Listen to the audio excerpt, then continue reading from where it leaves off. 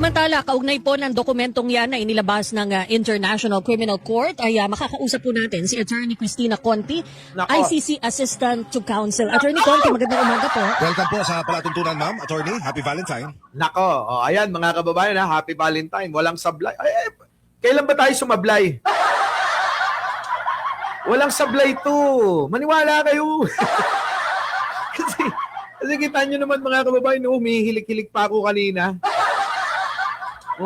Sabi nga nung admin, Bush Mike, may naka-set ka na live alas 11. Sabi ko, adjust mo muna. Antok na antok pa ako. Boss Mike, lumabas na yung scope mo kahapon. Oo, nagkatotoo na yung sa ICC mo. Ganun ba ka ako? Sige na. O sabi mo, 11:30, magla-live na ako. Kita nyo mga kababayan? Tama na. Eto na. Attorney Conti, patotohanan mo na. Para hindi tayo fake news, di ba? Pass out! Magandang umaga. Happy Saturday. Attorney Conti, ito po, pakipaliwanag po sa amin, ano po bang ibig sabihin nitong dokumentong ito, itong charges na inilabas ng International Criminal Court? Nako! Ito pong document containing the charges, ang parang equivalent nila ng information. Yung information po, yung sakdal o kung saan nakasaad, yung di umano ginawa mo. Medyo kakaiba sa kanila kasi dito po sa Pilipinas, parang 1 page, 2 pages, mahaba na yung 3 pages na information. Hoy! Yung pinakita ko sa inyo, mga kababayan, front page lang yun. Yung unang pahina. 15 pahina yung akin eh. Wag na nating ipakita yung nilalaman kasi bawal. Okay na ho yun. Yung pinakita ko sa inyo, at least may pinakita ako sa inyo, no? 15 pahina po yun. Eto na. Ito po yung nakalagay sa atin, that on this day, at this time, this person feloniously, unlawfully, willfully killed a person, etc., etc. Paglalatag kung ano ang ginawa. Nako. Sa ICC, ang itsurahan ng document containing the charges ay pero pinahaba no? Parang umabot pa ito ng 16 pages. Ay! Kita nyo! Ano sabi? Mga kababayan, hindi ko pa napapanood to. Hindi pa napapanood. Abay, ano sabi? Mukha yatang aabot pa ng 16 pages.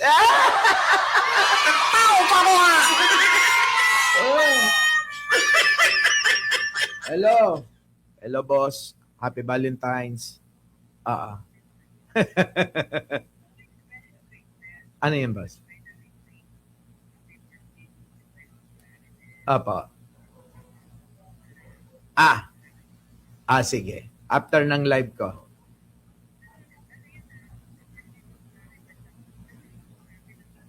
Okay po. Sige. Sige po. Lahat, boss. Sige. Okay, boss. Okay, boss. Bye. Ano? Mga kababayan! Grabe, no?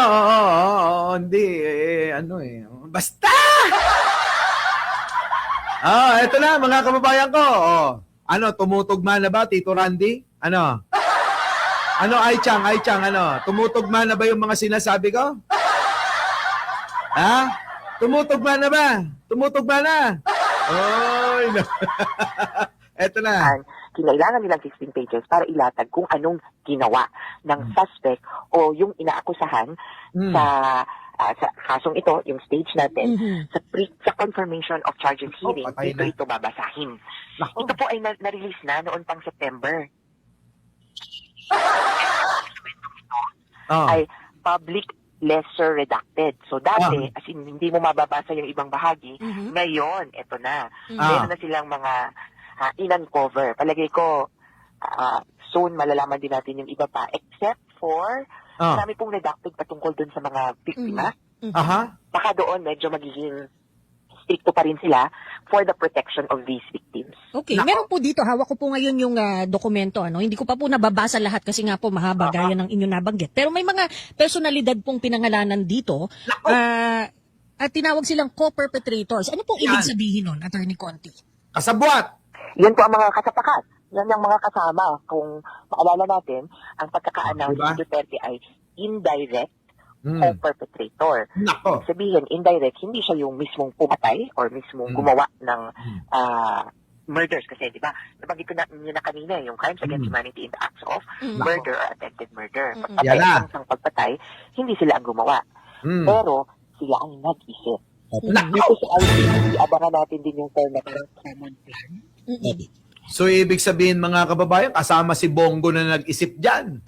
Nako, Bongo. Ha? Alam na kasunod niyan. Nako, Bongo! Paano na? Ay, nako mga kababayan na, paabangan nyo si Bongo, baka hindi na rin mag-opisina. Baka hindi na ho makita sa Senado yan. Nako mga kababayan, o tuloy. Kasi, ang teorya, parang ganun, syempre hindi nila tatawagin yun na common plan, pero, kumbaga yung agreement, kasunduan, yung plano, whether general or specific, merong isang malaking grupo na, kumbaga, nag-usap. At ito yung sinasabing, merong role doon sa pagpaplano, pag-iisip. Patay ka diha! Hmm. Sila rin po ba i-aarestuhin? Nakatakda rin ho ba silang labasan ng warrant of arrest po kumakain, Attorney Ma'am? Ganun ho ba ang sistema? Posible. Opo. Oo, Attorney. posible. Maliban, of course, kay number 3, si Camilo Cascolan, ito po yung DOH Undersecretary ba? Oo, at namaalam na ho, di ho ba? Namayatan, alam na ng Attorney ha? ilang taon. Pero, Pagpauman mo, yung Attorney. pa to, no? Oo, marami. Pagpauman mo lang, Attorney. Attorney, lumabas na nga, di ba? Lumabas na. Nako, si attorney talaga. Oh, oy, nandito. Oh, Paskasi. Oy. Oo,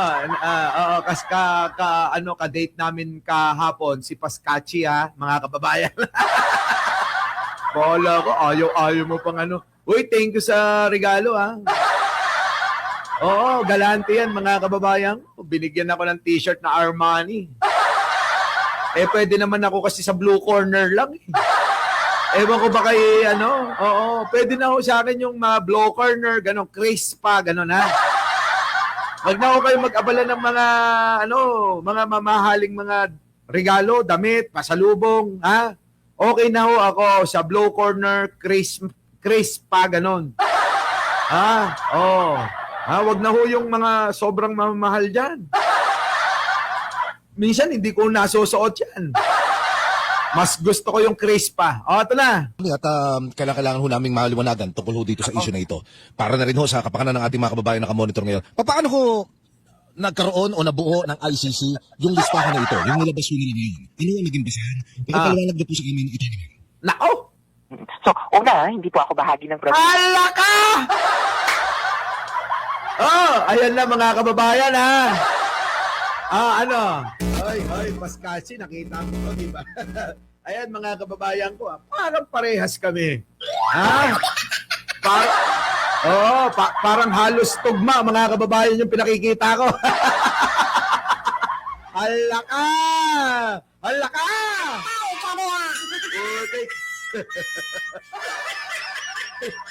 Yari na mga kababayan, ano? No? Tugma, no? Parehas, ano? Parang, may pagkakahalintulad, mga kababayan. Ito na, sige tuloy natin. Na nagsulat nitong dokumentong to sa bahagi po kami ng victims. Understand. Pero, ang masasabi ko, based on public record and knowledge ko, ang prosecutor bubuin niya ito sa basis ng unang dokumento na natanggap niya. Merong pwedeng magpaabot sa ICC through different channels ng mga dokumento or information. Ito yung OTP link. Pangalawa, dokumento ebidensya na pwede niyang matanggap directly nung siya ay nag-preliminary examination. Yun yung 2018, kung naalala niya, in-announced sa Bensuda, natapos ng 2021. Ang itura kasi nung period na ito, communications, submissions of anything. Ayokong basahin. Ayokong basahin na. Babasahin ko? Andali. May babasahin ako din ha. Sige na nga. Ayon dito mga kababayan. Oo. Nako, International Criminal Court. Sabi rito. Nako mga kababayan ko. Ayan. Nako. tagal na mga kababayan na lumabas to. Oo, ha? Pre-trial chamber. Ala. Oo. Nakalagay secret eh. Paano ko babasahin to? Oh, ayan oh. Oh, nakalagay oh, tingnan nyo. Secret. Oh, wag daw muna. Ano yan? Ano yan? Rest for Mr. Teka. Oh. Oh. Nakita nyo mga kababayan ko? Oh, yan ho yung pinapakita ko kahapon. Teka. Secret nga daw eh, di ba? Oo, confidential ito. Oo ha, hindi confidential pa ni Sara. Oh, paano ko babasahin ng buo ito? Wala, hindi pwedeng basahin. Oo. Basta eto na oh, ito na nga lumabas na, ayaw nyo pa. Ito na. Oh, pasok. Nako. Titingnan nila yan. Kaya itong information na nagkakaroon sila mula sa mga NGOs, mula sa victims mismo, minsan ay pwede nilang ma-receive through there. And then, of course, they may have gotten this information through interviews or actual investigation on the ground. Yung mga pangalan, nakukuha mo naman to sa, wala namang sigurong, mastermind na sinulat lahat. Ito tayo, founding members of the common plan. Hindi gano'n, di ba? Kaya baka meron ditong nakuha mula sa mga interview or statements na kuha nila, na deposit nila, na possible either witnesses or, to be specific, insider witnesses. Opo. Ito po yung mga nasa loob ng quote-unquote common plan, mga pwedeng nautusan, pwedeng gumawa ng krimen. Kasi sinasabi nilang, ang nag-utos po sa akin ito. Kaya yan ang range ng mga evidence na naging basehan yan. Hindi po ito. Parang ganito kasi yan mga kababayan, ha? Oo. Parang ganito. Ang pinapaliwanag ni Attorney Conti, parang marami silang nagplano.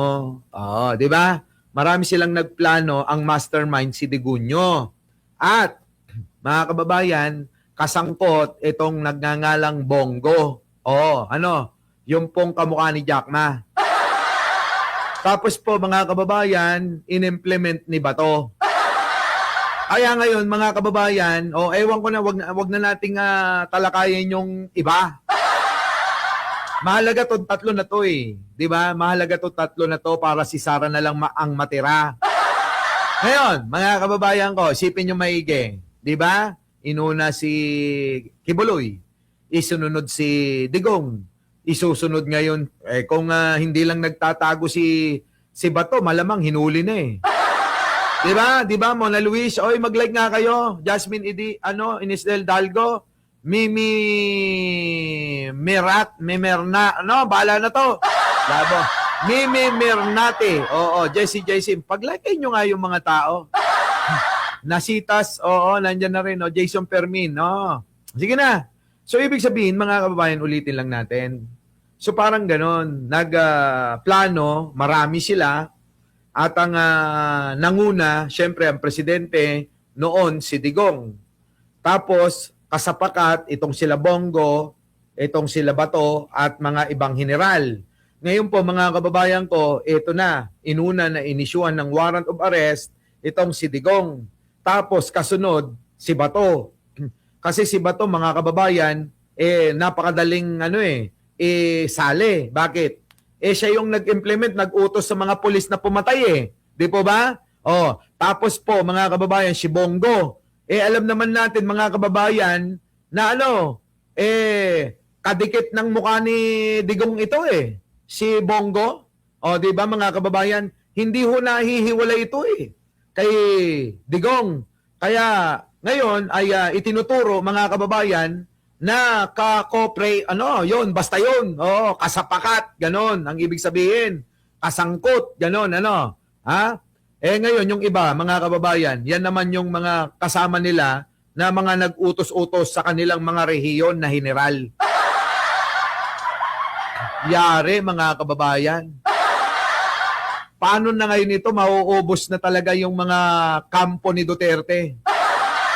kung dati si Laila de Lima ang napakulong lang, wala namang ebidensya pala, gawa-gawa lang, eto, malakas. Merong mga namatay, merong mga pinatay, merong mga nagplano, may mga nag-utos, at may mga nag-implement.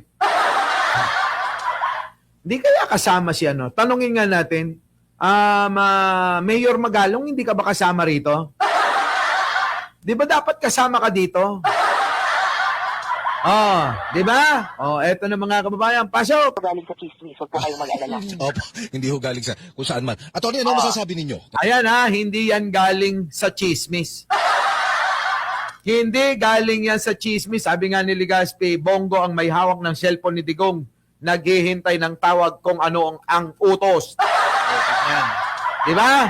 Nako mga kababayan, delikado na. Rachel Tabag.